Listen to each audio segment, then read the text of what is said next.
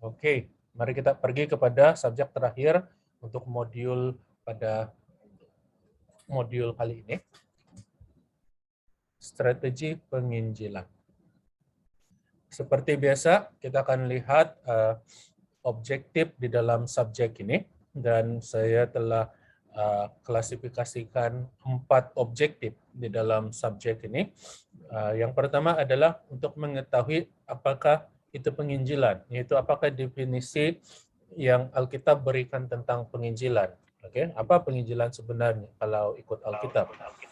Kemudian yang kedua adalah kita akan meneliti sebenarnya ada banyak mitos tentang penginjilan, oke. Tetapi kita akan meneliti beberapa yang mungkin yang paling utama, yang mungkin kita dapat relate to. Dan mitos penginjilan maksudnya adalah bila salah paham kita tentang penginjilan itu sendiri, tentang program penginjilan ataupun program penjangkauan luar. Oke. Kemudian kita akan melihat apakah kaidah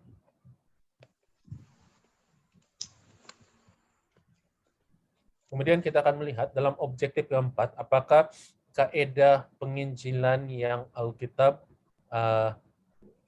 syorkan. Oke, kita akan melihat kaidah tersebut.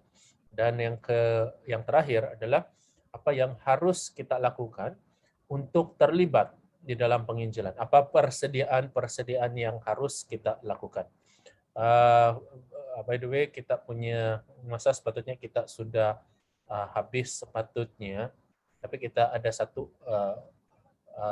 fortunately kita ada satu subjek yang terakhir ini, so we hope to finish sebelum setiap orang hilang dia punya attention sudah. Okay, we'll try to finish this dalam seringkas yang mungkin, dalam semudah yang mungkin untuk kamu terima. So let's move kepada subjek kita. Objektif yang pertama, melihat apakah itu penginjilan, apakah definisi Alkitab tentang penginjilan. Untuk itu, saya ingin membawa kamu kepada perkataan yang diterjemahkan, perkataan asal di dalam Alkitab yang diterjemahkan sebagai penginjilan. Oke, perkataan asal yang digunakan, yang diterjemahkan sebagai penginjilan. Oke, di dalam bahasa Yunani, bahasa Greek. Dia datang daripada perkataan Greek euangelion. So kalau kamu lihat itulah bagaimana dia kelihatan di dalam bahasa Greek, euangelion. Di dalam perkataan Greek ini, asal usul dia, sebelum saya berikan maksud dia, di dalam asal usul perkataan euangelion ini, dia dapat daripada satu insiden. Ini adalah pada satu masa terdapat satu peperangan yang melibatkan tentara Roma, dan mereka berperang di satu kawasan yang bernama Marathon. Dan ini adalah trup tentara yang berasal daripada kota Athens. So kita akan dapat dua definisi di sini. Kita akan belajar dua istilah di sini nih. Satu euangelion, yang satu adalah marathon. Kamu tahu marathon kan?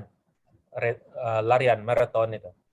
Jadi term marathon itu kita dapat daripada insiden ini, cerita peperangan yang berlaku di suatu tempat yang bernama Marathon. Jadi trup tentara daripada kota Athens, mereka pergi berperang di suatu tempat yang bernama Marathon, dan jarak daripada kota Athens ke tempat yang bernama Marathon sini adalah dalam 25 batu, ataupun dalam lebih kurang kalau dalam kilometer adalah lebih kurang 42,1 kilometer.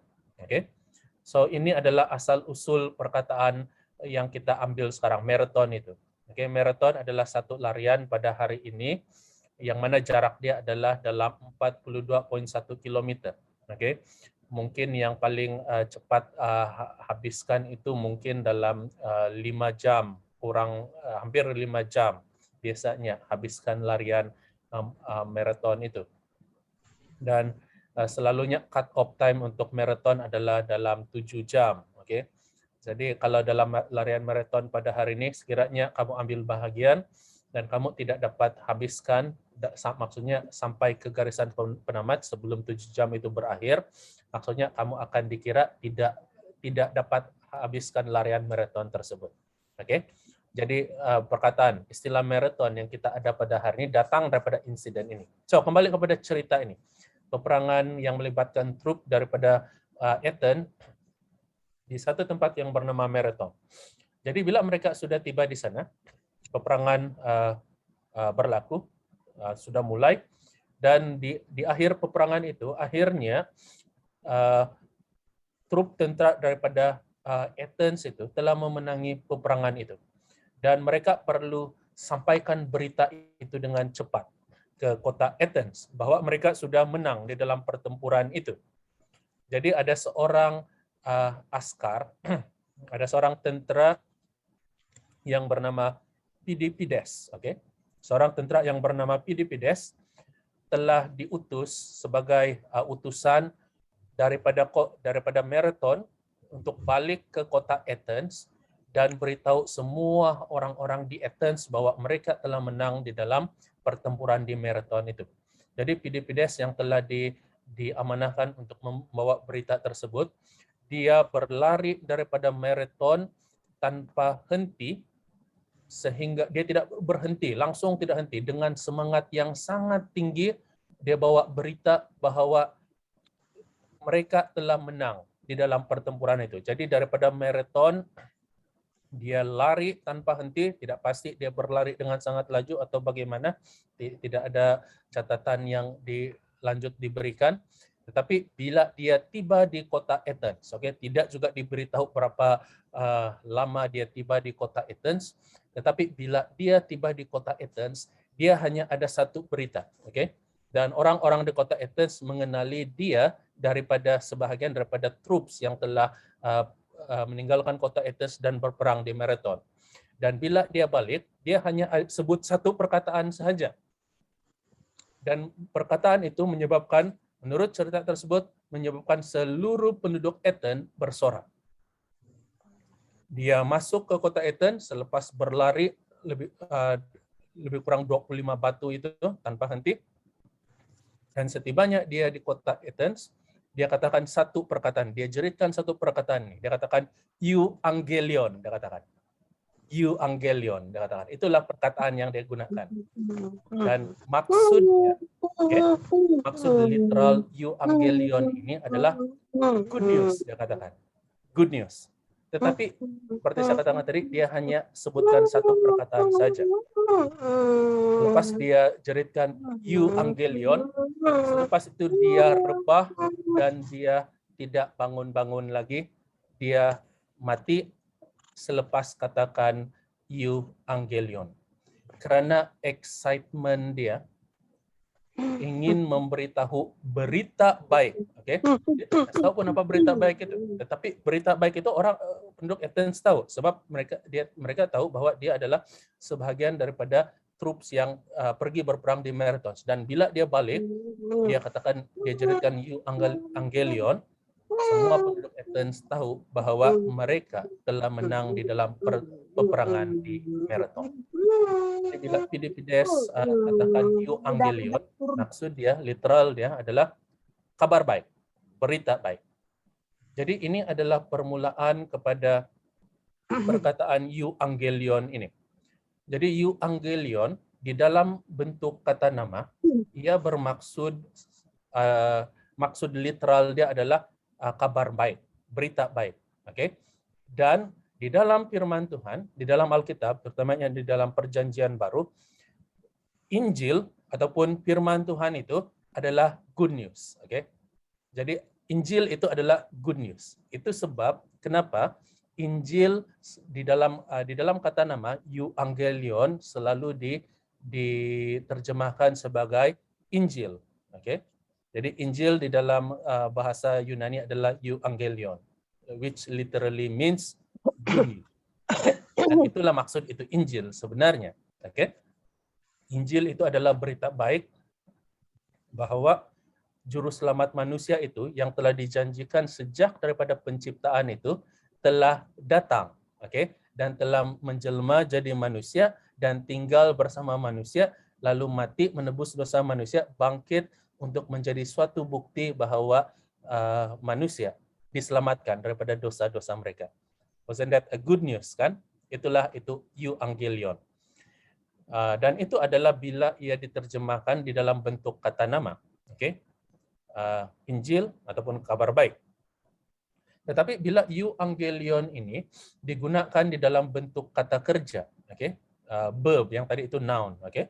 Tetapi bila dia digunakan di dalam bentuk kata kerja, ia membawa maksud menyatakan kabar baik, menyatakan berita baik, ataupun membawa berita baik.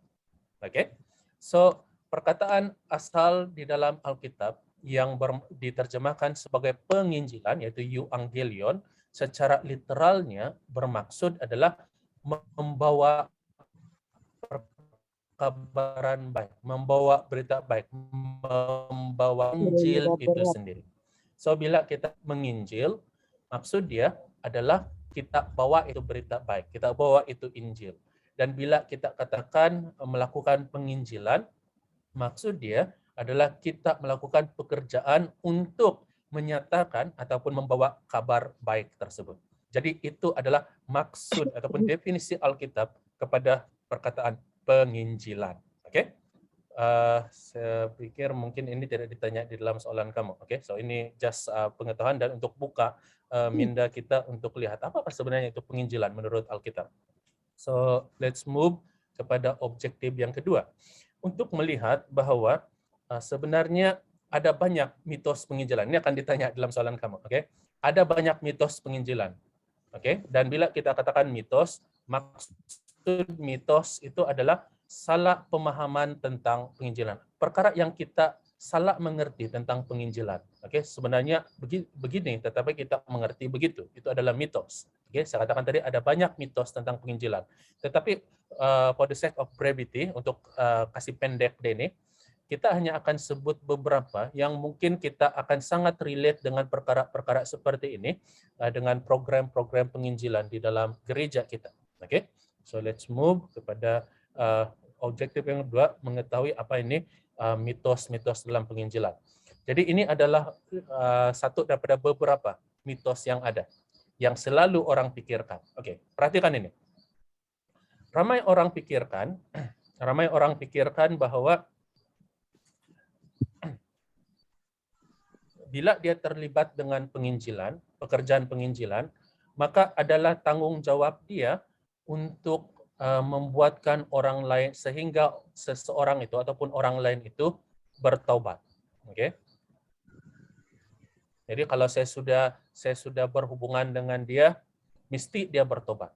Ataupun dalam arti kata yang lain, kalau di dalam gereja kita selalu kaitkan pertobatan itu dengan baptisan. Oke? Sama ada kita terpikir seperti itu atau tidak, kita selalu kaitkan itu. Bila kita reach seseorang, bila kita injil seseorang, kita selalu expect dia punya end product dia adalah baptisan. Dan baptisan itu adalah sinonim dengan pertobatan. Oke, dan itu sangat biblical. Pertobatan adalah baptisan adalah tanda pertobatan. Oke. Tetapi adalah mitos untuk memikirkan bahwa adalah kalau saya sudah start, saya punya tanggung jawab untuk buat sehingga dia bertobat. Oke, itu adalah mitos. Oke. Di dalam pekerjaan penginjilan, bila kita terlibat dalam penginjilan, kita tidak seharusnya pikir bila saya sudah start, dia mesti start habis dengan baptisan. Of course, itu adalah goal kita, itu objektif kita. Tetapi tidak semestinya ia berlaku sesuai dengan apa yang kita rancangkan. Kenapa? Kenapa saya katakan seperti ini?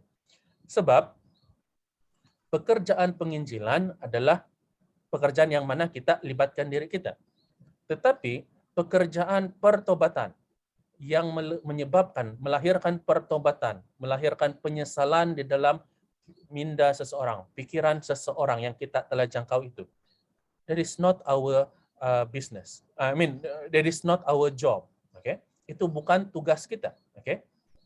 Kalau bukan tugas kita, tugas siapa?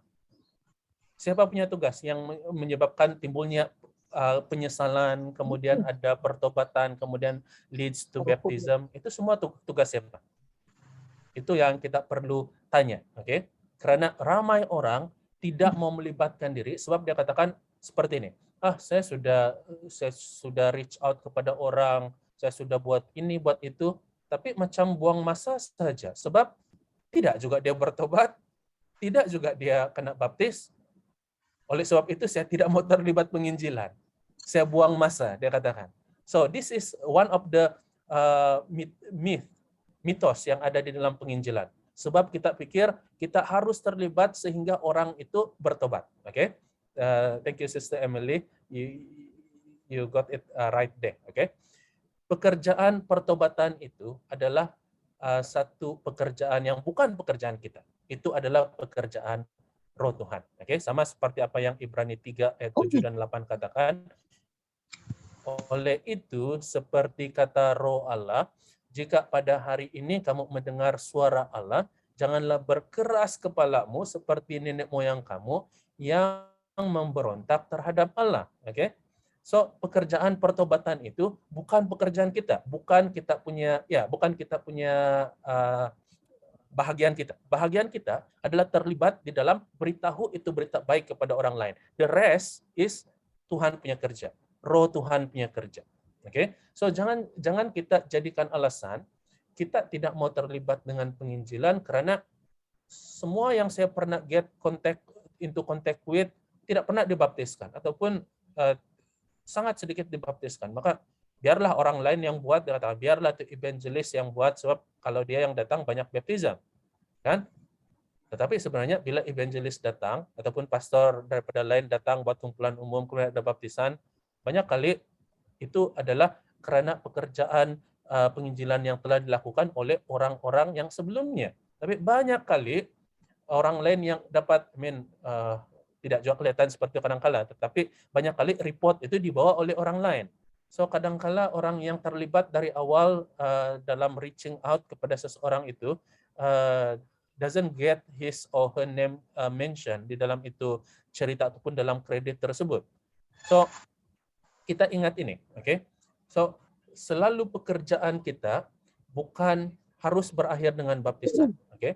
Karena boleh jadi sahaja pekerjaan itu akan disambung oleh seseorang yang lain dan kemudian Roh Tuhan bekerja di dalam orang itu. Dan biasanya, saya pikir kamu akan bersetuju dengan saya, biasanya pertobatan tidak berlaku dalam masa yang singkat. Oke? Biasanya pertobatan akan memakan masa bertahun-tahun untuk terjadi. Dan dalam masa bertahun-tahun ini, kalau kita reach out dengan tidak give up, oke? Roh Tuhan ada peluang untuk bekerja. Kita biarkan Roh Tuhan bekerja. We do our part, kemudian Roh Tuhan akan lakukan pekerjaan dia. Jadi ini mitos yang kita banyak kali orang akan terperangkap. Tidak pun dia dibaptis, jadi tidak guna saya terlibat dengan penginjilan. Jadi mitos pertama, bukan setiap pekerjaan penginjilan itu berakhir dengan baptisan, terutama bukan dalam masa yang singkat. Oke? Kadang-kala tidak ada baptism kelihatan. Oke? Tetapi mungkin ada perubahan dalaman yang telah terjadi yang hanya orang itu yang tahu dengan Tuhan yang tahu. Oke? So, itu bukan kita punya kerja. Itu adalah kerja Tuhan. Itu adalah kerja Roh Tuhan. Kerja kita adalah untuk terlibat di dalam pekerjaan menyatakan berita baik itu sendiri. Oke? So, let's move to the other myth, mitos yang seterusnya. Tidak kurang juga yang katakan seperti ini. Teman-teman saya pun, semua teman-teman saya pun sudah tahu apa yang saya percayai. Jadi, siapa lagi yang saya mau injil ini? Siapa lagi yang saya mau kasih tahu yang belum tahu? Saya pikir mereka semua sudah tahu. Betulkah? Betulkah semua orang sudah tahu apa yang kita tahu? Oke. Kita mungkin pikir semua orang sudah tahu apa yang kita tahu. let me ask you this question. Kalau kita tanya orang lain, teman-teman kamu lah, bayangkan saja kamu tanya teman kamu. Kalau kamu tanya mereka, apa yang kamu tahu tentang agama saya? Apa yang kamu tahu tentang Seventh Day Adventist? Kamu rasa apa respon pertama mereka? Tidak makan babi, tidak minum kopi, tidak kerja hari Sabat. Mostly these are the things yang orang tahu tentang kita, okay? Tentang apa yang kita percayai. But adakah hanya itu sahaja yang tentang apa yang kita percaya itu? Of course, itu adalah perkara-perkara luaran. Dan kadangkala, saya katakan seperti ini, kadangkala perkara luaran ini banyak waktu inilah menjadi penghalang untuk pertobatan itu terjadi. Oke, karena mereka hanya lihat yang di luar, mereka tidak lihat kepada Kristus yang kita sebenarnya mau kasih lihat Kristus, tetapi kita tidak dapat kasih lihat Kristus. Kenapa? Sebab yang kita dapat kasih lihat adalah apa yang kita lakukan, yang perkara superficial itu. Oke, itu yang kita coba untuk coba untuk hindari. Bila kita menginjil, kita mau kasih bahwa itu berita baik. Bukan mau kasih lihat apa yang buruk, oke? Kita mau kasih lihat apa yang baik, oke? So kembali kepada mitos yang kedua ini. Teman-teman saya sudah pun mengetahui apa yang saya percaya. Most probably banyak lagi yang orang lain tidak tahu tentang kita. Even your closest friend pun mungkin banyak lagi yang mereka tidak tahu tentang kita. Saya ingin bawa kamu untuk baca ini. Dalam Kisah 19 ayat 1 dan ayat 2. Ada seorang guru yang bernama Apolos, oke? Dikatakan seperti ini. Sementara Apolos tinggal di Korintus, Paulus menjelajah kawasan pedalaman daerah itu, lalu tiba di Efesus. Di situ dia berjumpa dengan beberapa orang yang percaya kepada Yesus. Dia bertanya kepada mereka, sudahkah kamu menerima Roh Allah pada waktu kamu percaya kepada Yesus? Mereka menjawab, kami belum pernah dengar bahwa, ya, even Tuhan pun ada perkara yang kita expect mungkin mereka sudah tahu, tetapi sebenarnya mereka tidak pernah tahu tentang perkara itu. Oke, so kalau ini boleh berlaku di kalangan umat-umat Tuhan, ini tidak mustahil untuk berlaku di kalangan yang belum menjadi umat-umat Tuhan, yang belum percaya kepada Tuhan. Oke, so pernyataan yang kita mungkin mau gunakan, teman-teman saya pun sudah tahu apa yang saya percaya, itu tidak selalunya adalah 100% correct. Okay? So, jangan jadikan ini sebagai satu barrier untuk kita mau lakukan sesuatu, untuk kita teruskan usaha kita di dalam penginjilan. Bahwa ada sahaja yang kita dapat tunjukkan kepada orang lain, lebih banyak kita boleh tunjukkan kepada orang lain tentang berita baik itu tadi. Let's move to the next myth. Okay. Nah, ini menarik. Saya selalu dengar ini bila berada di gereja, saya selalu dengar ini. Katakan takut, bah. Saya rasa takut mau terlibat dengan penginjilan. Saya takut kalau waktu berhubungan dengan orang lain, dia tanya ini, dia tanya itu, saya tidak tahu apa jawaban dia. Jadi ini next myth. Ada yang berpikir saya mesti tahu semua jawaban kepada semua soalan dahulu sebelum saya terlibat dengan penginjilan. Oke? I would say like this. Saya sendiri mungkin ada soalan-soalan yang saya mungkin tidak akan dapat address, saya tidak dapat jawab. Oke? Tetapi it doesn't mean that you should not teruskan usaha itu kalau kita tidak tahu jawaban dia.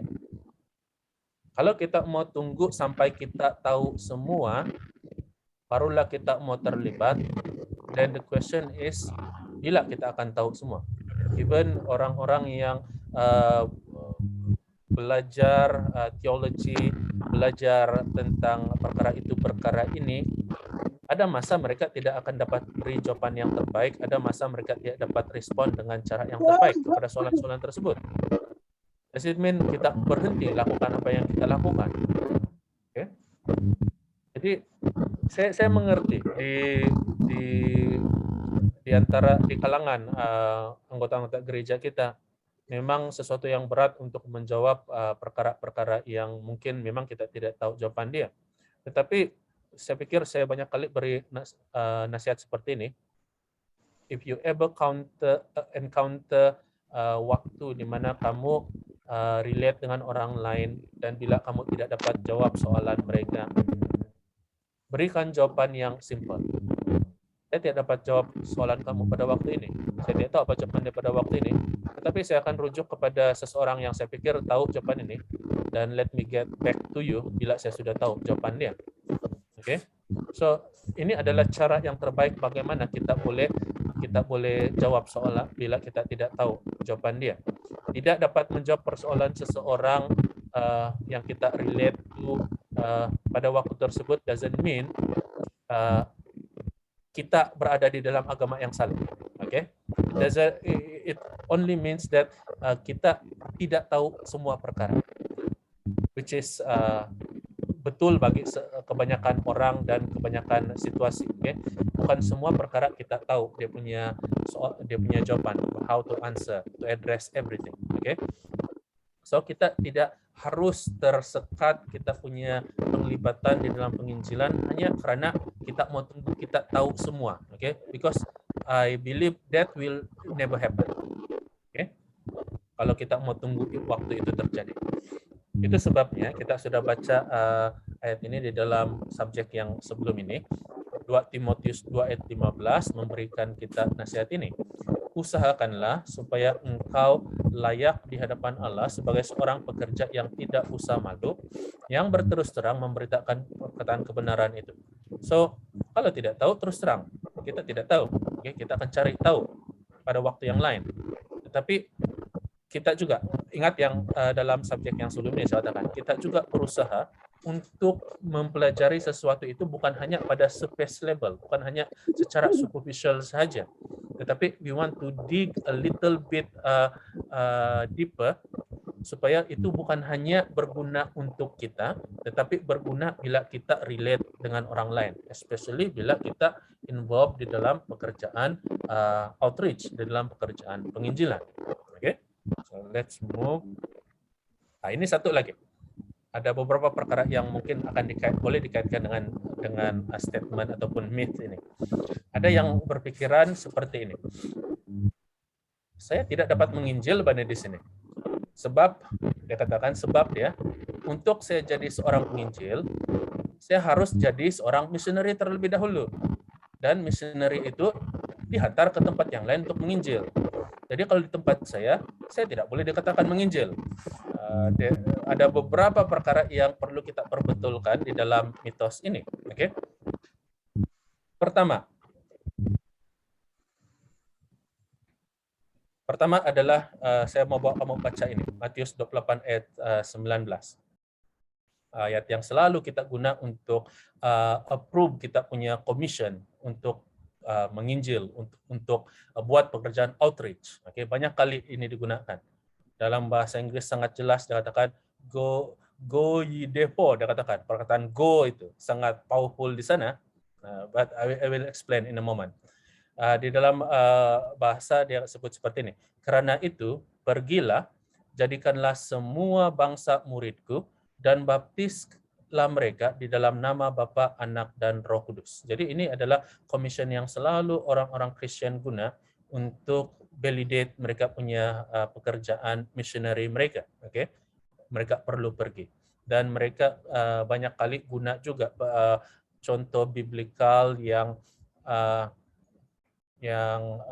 tunjukkan tentang bagaimana Tuhan bawa Abraham keluar daripada tempat asal dia untuk pergi menginjil. But did you know, dalam cerita Abraham itu, Tuhan bawa dia keluar, tetapi pada hujung dia, akhirnya Tuhan bawa dia semula ke tempat asal dia.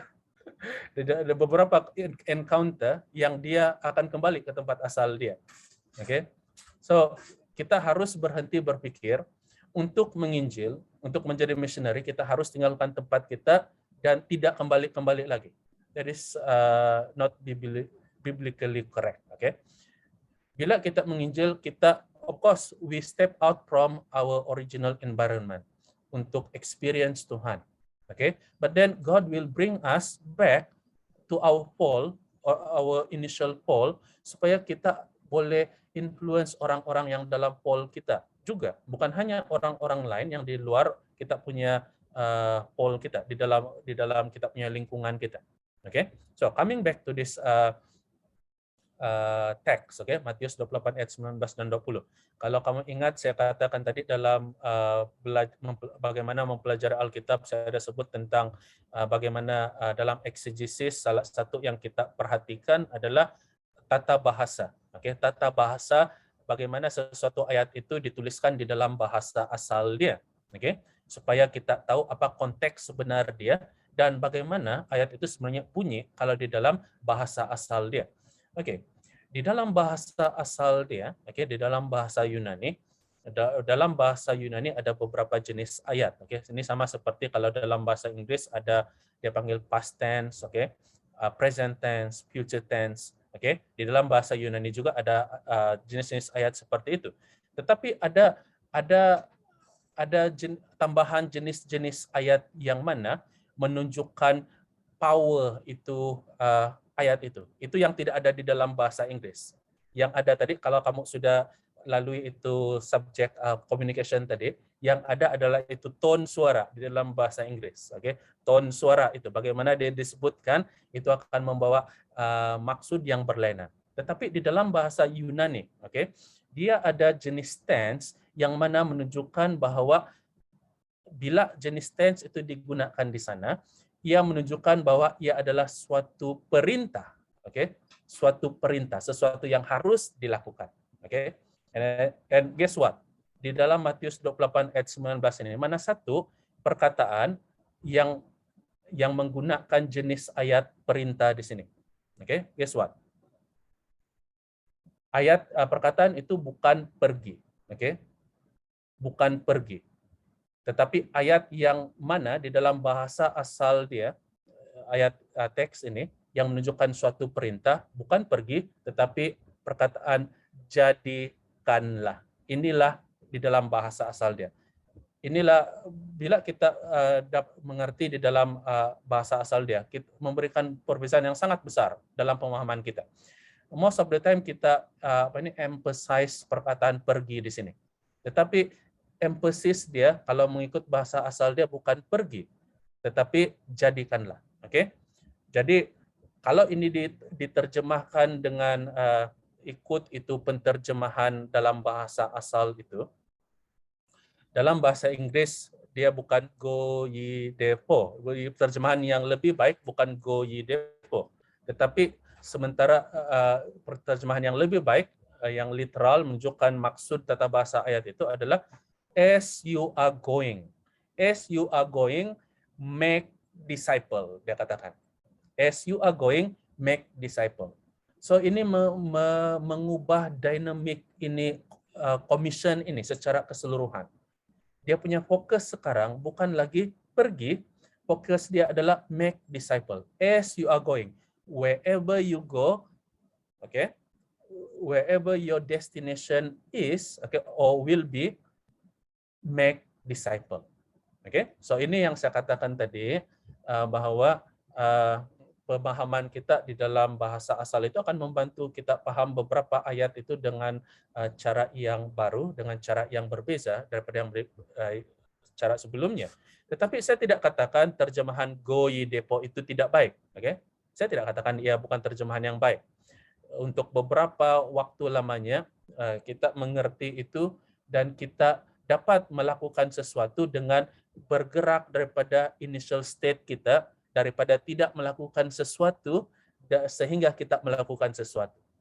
So, mana satu pun kita gunakan interpretation daripada ayat ini, sama ada go ye therefore ataupun as you are going, kita telah move daripada satu state kepada state yang lebih baik.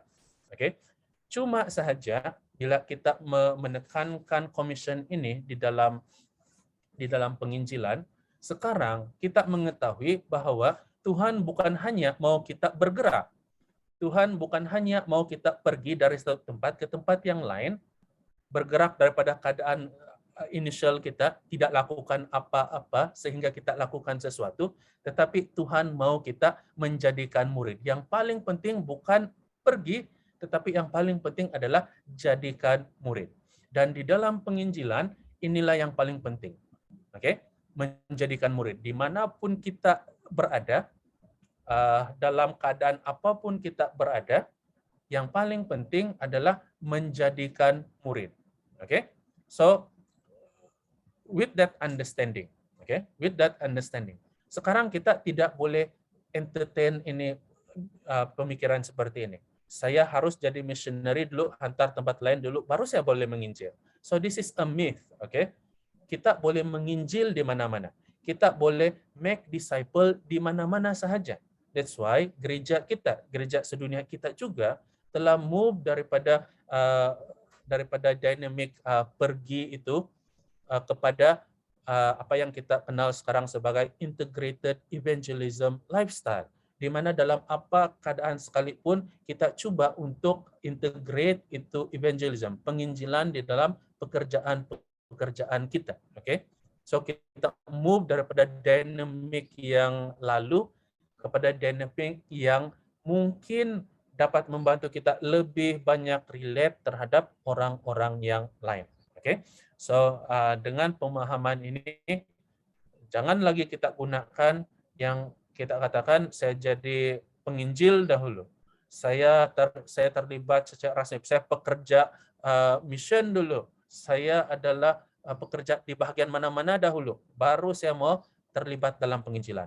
As you are going, dia katakan. Sementara kamu pergi, sama ada pergi ke tempat kerja kamu, pergi melakukan tanggung jawab kamu, make disciple. Ini adalah dia punya dynamic yang kita dapat daripada bahasa asal dalam Matius 28 ayat 19 dan ayat 20.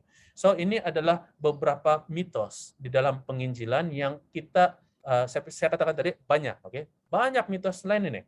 Tetapi oleh karena kita tidak mau sebut terlampau banyak juga, kita hanya mau ambil beberapa contoh, terutama contoh-contoh yang agak relatif dengan situasi kita, maka kita hanya ambil beberapa ini saja. Tetapi ingat, banyak mitos tentang penginjilan. Mungkin kamu boleh pikirkan selebihnya. Okay? Satu lagi saya katakan, dan ini akan ditanya di dalam soalan kamu. Oleh karena dinamik penginjilan kita pada masa-masa yang lalu adalah pergi, okay? Dan proses untuk pergi itu banyak kali akan melibatkan budget, okay? Banyak kali melibatkan perbelanjaan, okay? Jadi banyak kali dinamik penginjilan kita pada waktu-waktu yang lalu selalu subjek kepada budget penginjilan. Maksud saya adalah seperti ini. Kadang-kala kita tidak menjalankan aktiviti penginjilan kalau tidak ada budget dia. Okay? So berhati-hati dengan ini. Of course, setiap program beberapa mission pun kita ada budget-budget tertentu yang kita boleh gunakan. Tetapi it doesn't mean that we need to use that budget in order to implement itu activity. Okay?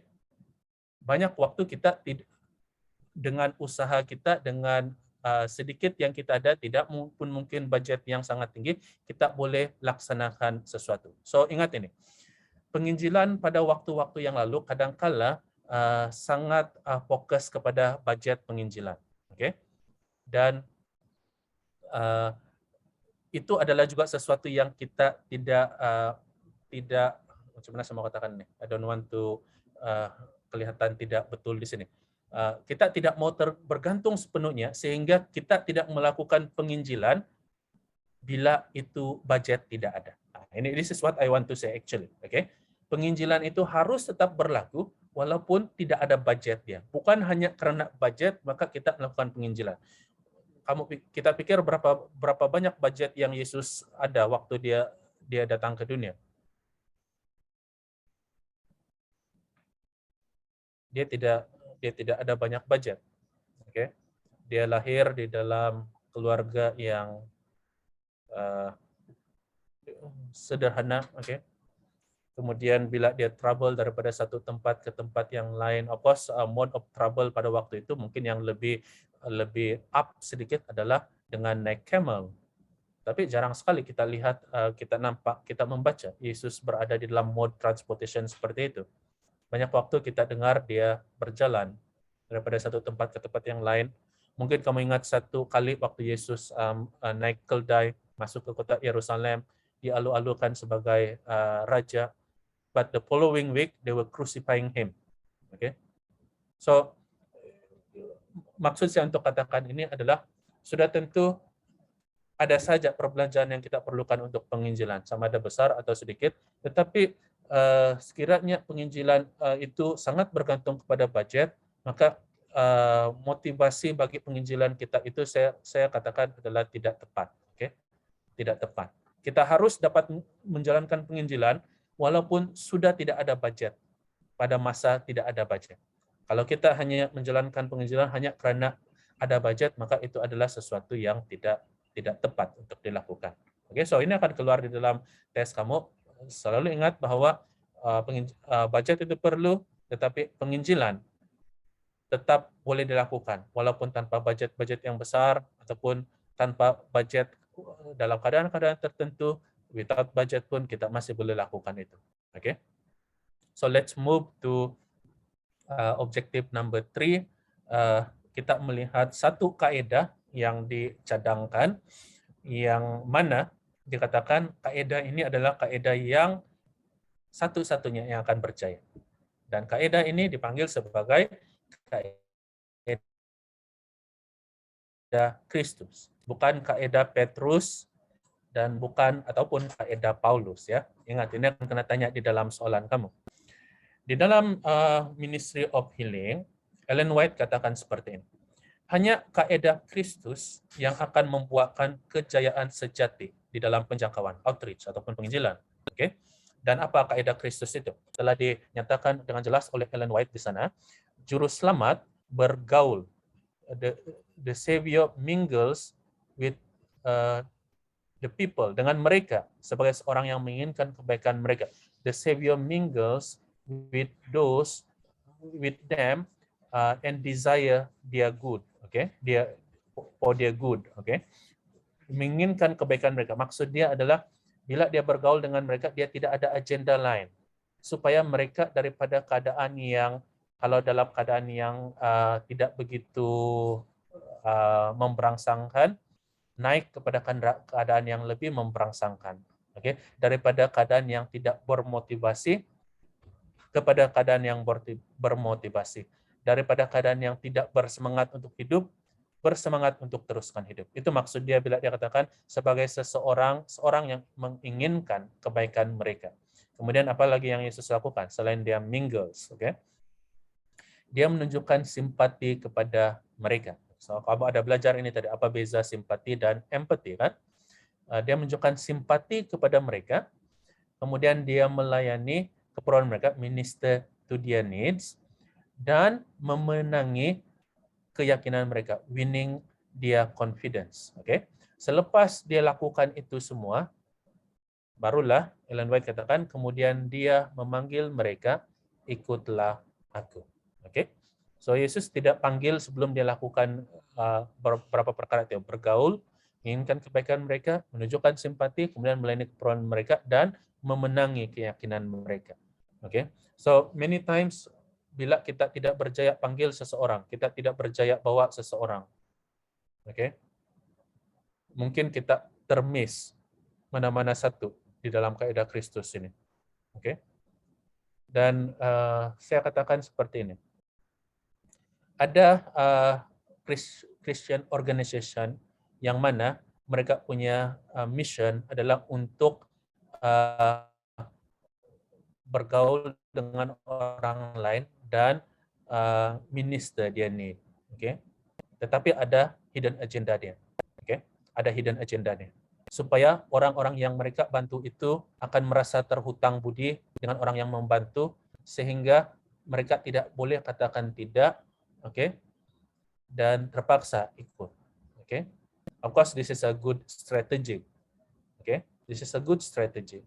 Tetapi Ini bukan kaidah Kristus. Kaidah Kristus adalah dia bergaul dengan mereka without hidden agenda. Agenda dia hanya satu, agar mereka bergerak daripada keadaan yang saya katakan tadi itu kepada keadaan yang lebih baik lagi. Itu saja agenda dia. Dan should they mereka akan mengikut dia. Saya ada satu soalan. Walaupun Ellen White katakan seperti ini, hanya kaidah Kristus yang membuahkan kejayaan sejati. Notice ini, dia katakan akan membuahkan kejayaan sejati. Dia tidak katakan membuahkan kejayaan. Oke? Dia katakan kejayaan sejati. There is a big difference. Bila dia katakan yang akan membuahkan kejayaan dan membuahkan kejayaan sejati. Oke? Yang akan membuahkan kejayaan mungkin strategi yang satu lagi yang saya katakan tadi. Ada hidden agenda dia. Tetapi yang membuahkan kejayaan sejati means there is a quality success here. Not just quantity, tetapi quality juga. Oke? So, kembali kepada soalan saya. Sewaktu ministry Yesus di dunia, adakah semua orang yang dia panggil untuk ikut dia, semua ikuti dia? I think you can answer this one, kan? Bukan semua orang ikut Yesus. Okay? Bukan semua orang ikut Yesus. Of course, kita membaca cerita wherever Jesus went, okay, there is a large crowd following him. Okay? Tetapi pada akhir kehidupan dia, the large crowd now following another queue yang mana akhirnya mereka katakan crucify him. Dia katakan crucify him. So, buah daripada ministry Yesus waktu dia berada di dalam dunia is more focus kepada quality and not quantity. Okay? So di dalam kita punya pekerjaan penginjilan juga, kita juga mau menghasilkan, kita aim untuk buah yang sama. Okay?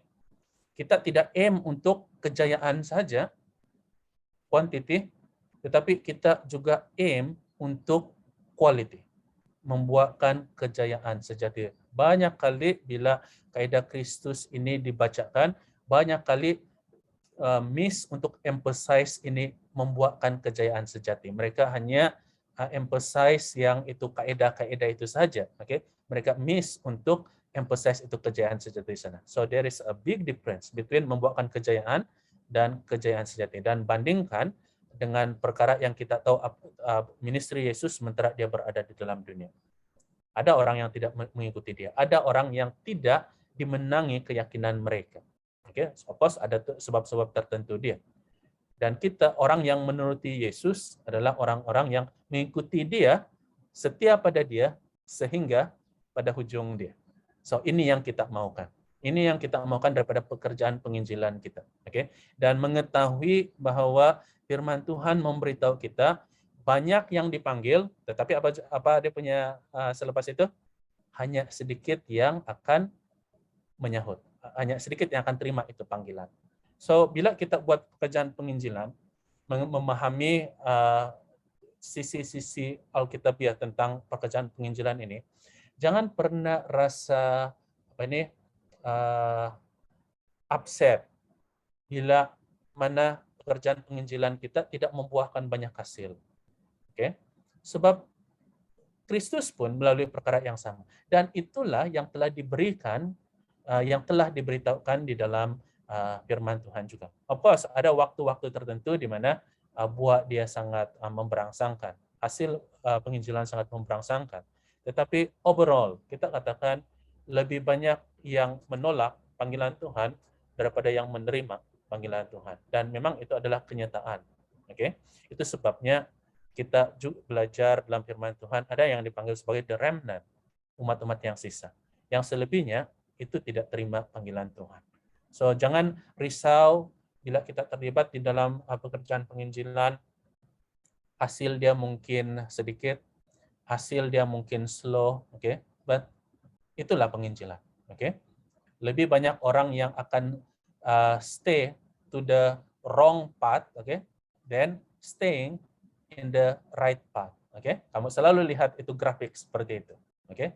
And it is very biblical. Okay? So let's move forward. Oke, ini kita ada sebut sedikit tadi, tapi saya akan ulang sedikit-sedikit. Mengapa ada anggota-anggota yang tidak mau terlibat di dalam penginjilan? At least ada 3 perkara yang saya boleh point out di sini. Satu adalah masa, mereka tidak ada masa sibuk bekerja. Okay. So ini yang kita mau pikirkan. How much time are we giving to God? Bukan hanya untuk kita punya pembangunan diri kita, development, our spiritual development, tetapi untuk the advancement of God's work. Itu juga kita perlu pikirkan, oke? Kalau kita hanya sibuk dengan pekerjaan kita dan tidak sibuk dengan pekerjaan Tuhan, means we have no business in God's kingdom. We have no business to be in the God's kingdom, oke? So pikirkan ini, oke? Kalau kita sentiasa memikirkan tentang apa yang untuk kita, dan kita harus pikir di mana kita punya priority. Oke? Number 2, takut. Ini saya ada sebut sedikit-sedikit tadi, dan ini akan kena tanya dalam soalan kuis kamu. Banyak yang merasa takut sebab mereka takut tidak dapat jawab, mengatakan apa yang sepatutnya, jawaban yang betul. Itu kita sudah sebut tadi. Oke? Kemudian ini kita belum sebut. Ada juga yang tidak kurangnya, ada juga yang melihat kelemahan diri sendiri. Dia katakan banyak dosa saya pada waktu-waktu yang lalu. Oke, saya tidak layak untuk terlibat dalam pekerjaan Tuhan. John Newton, penulis lagu Amazing Grace, dia katakan seperti ini. I am a great sinner. I am a great sinner, dia katakan. But my Savior is greater than my sin.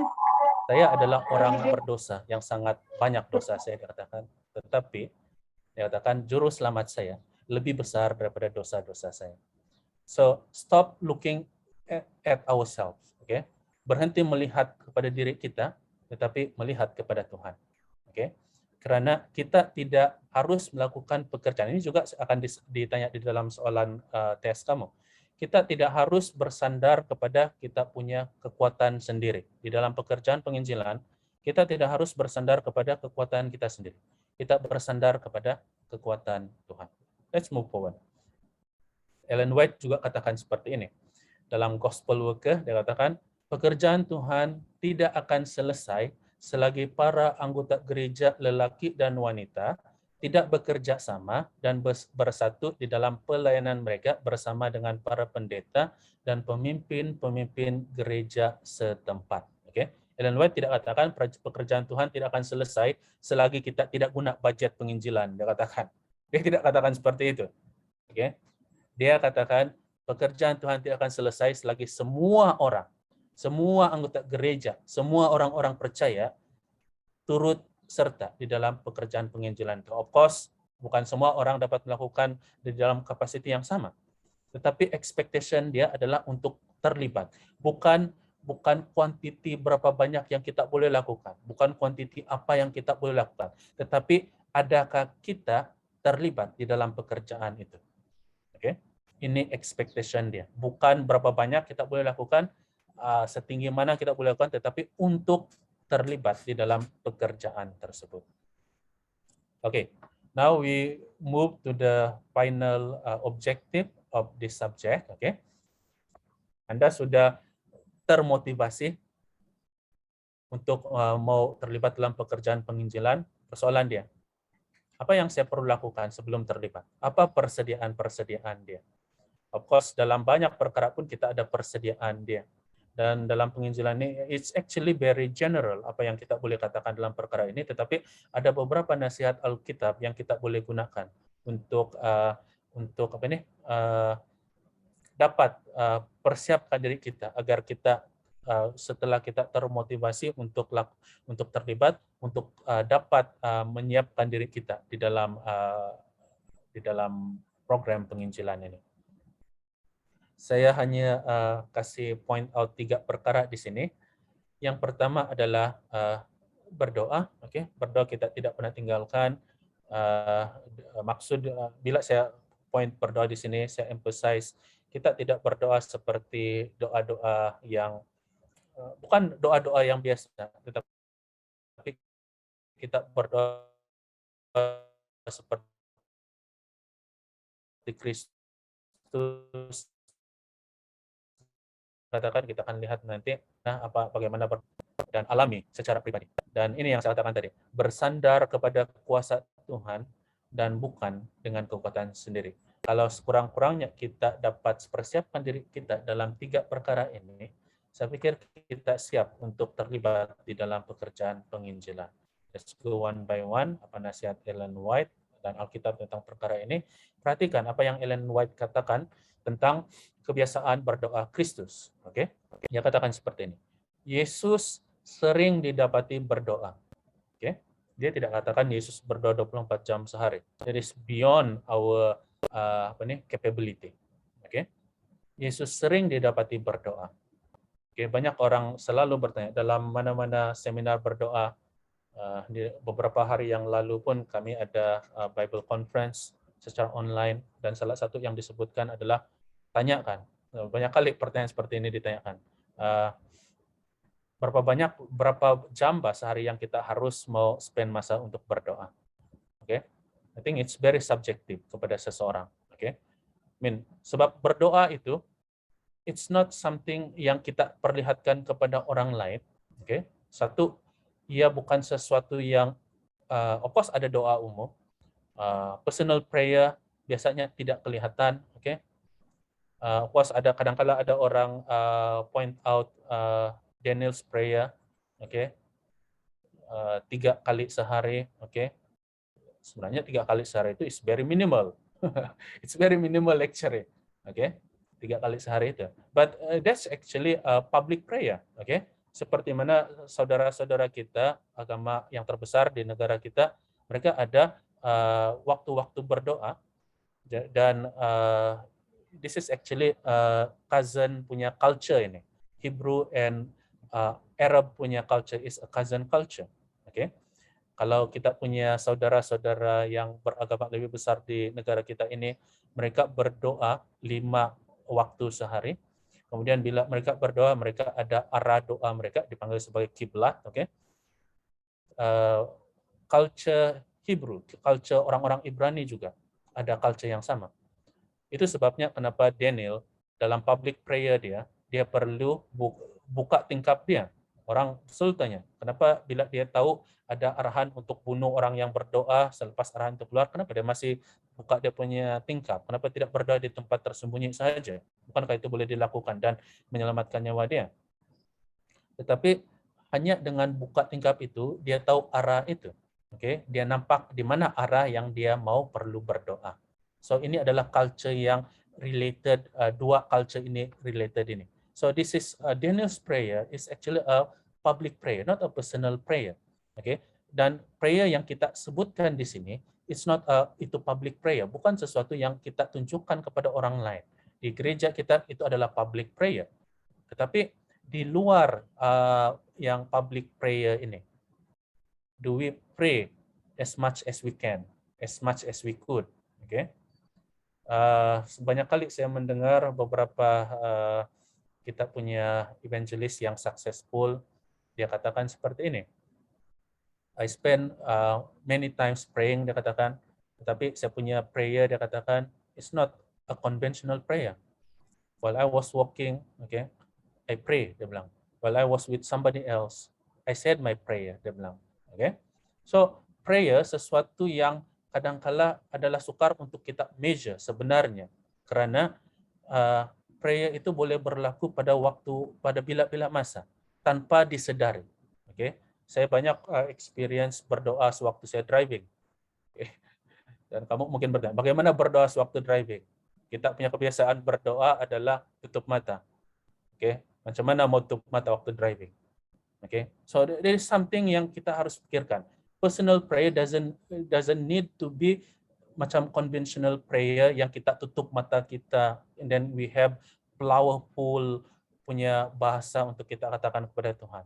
It could be just a simple praise, it could be a simple thought toward God yang mana kita sebutkan dia, minta bantuan dia, minta campur tangan dia di dalam kehidupan kita. That is personal prayer. Okay? Dan yang kena expect more from us is this one. Ini personal prayer ini, not public prayer yang ditunjukkan kepada umum. Of course, there is a time for public prayer, okay? Dan itu adalah harus dilakukan di dalam gereja, kita turuti itu semua. Tetapi how do you measure kamu punya personal prayer?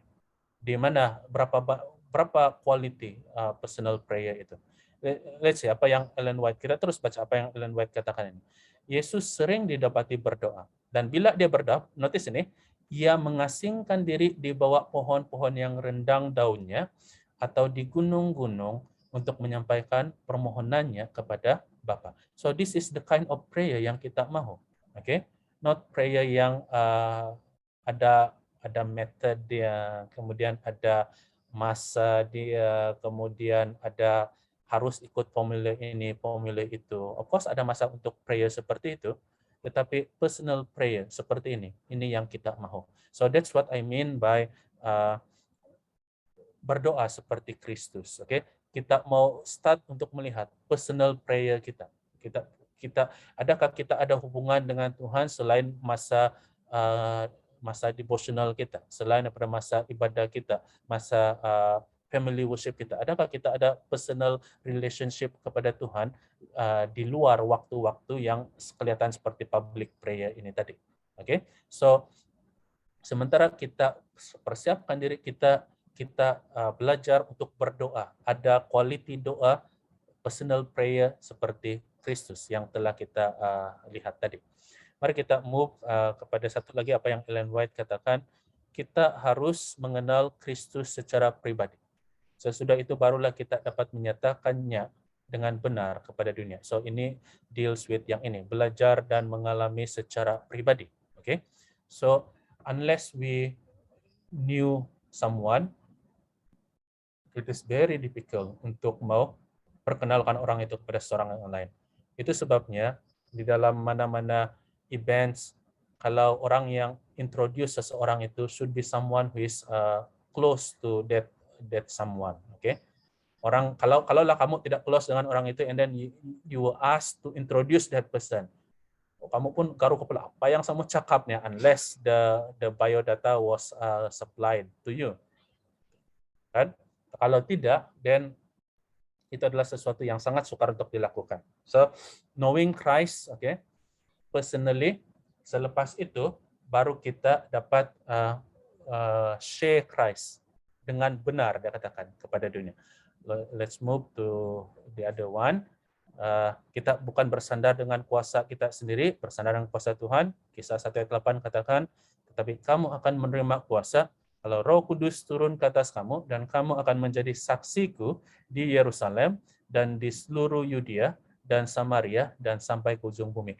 The same commission yang Tuhan berikan pada waktu Pentecost kepada murid-murid dia juga adalah commission yang sama diberikan kepada kita. Oke, kita menerima kuasa Tuhan, kita bersandar kepada kuasa Tuhan, bukan kepada kekuatan kita sendiri. Dan we have come to the end of the subject. Okay, hopefully kamu akan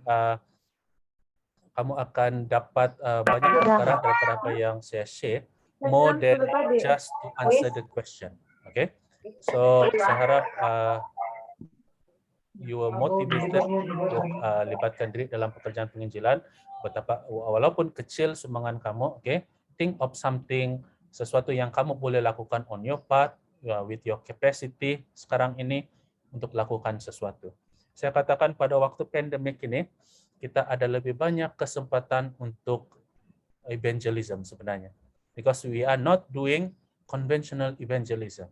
We are doing evangelism sesuatu yang belum pernah dilakukan oleh mana-mana era Christianity sebelumnya. Okay?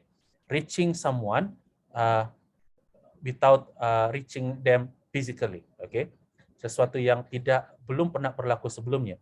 It can be an advantage, it can be a disadvantage, tetapi kita gunakan setiap opportunity itu.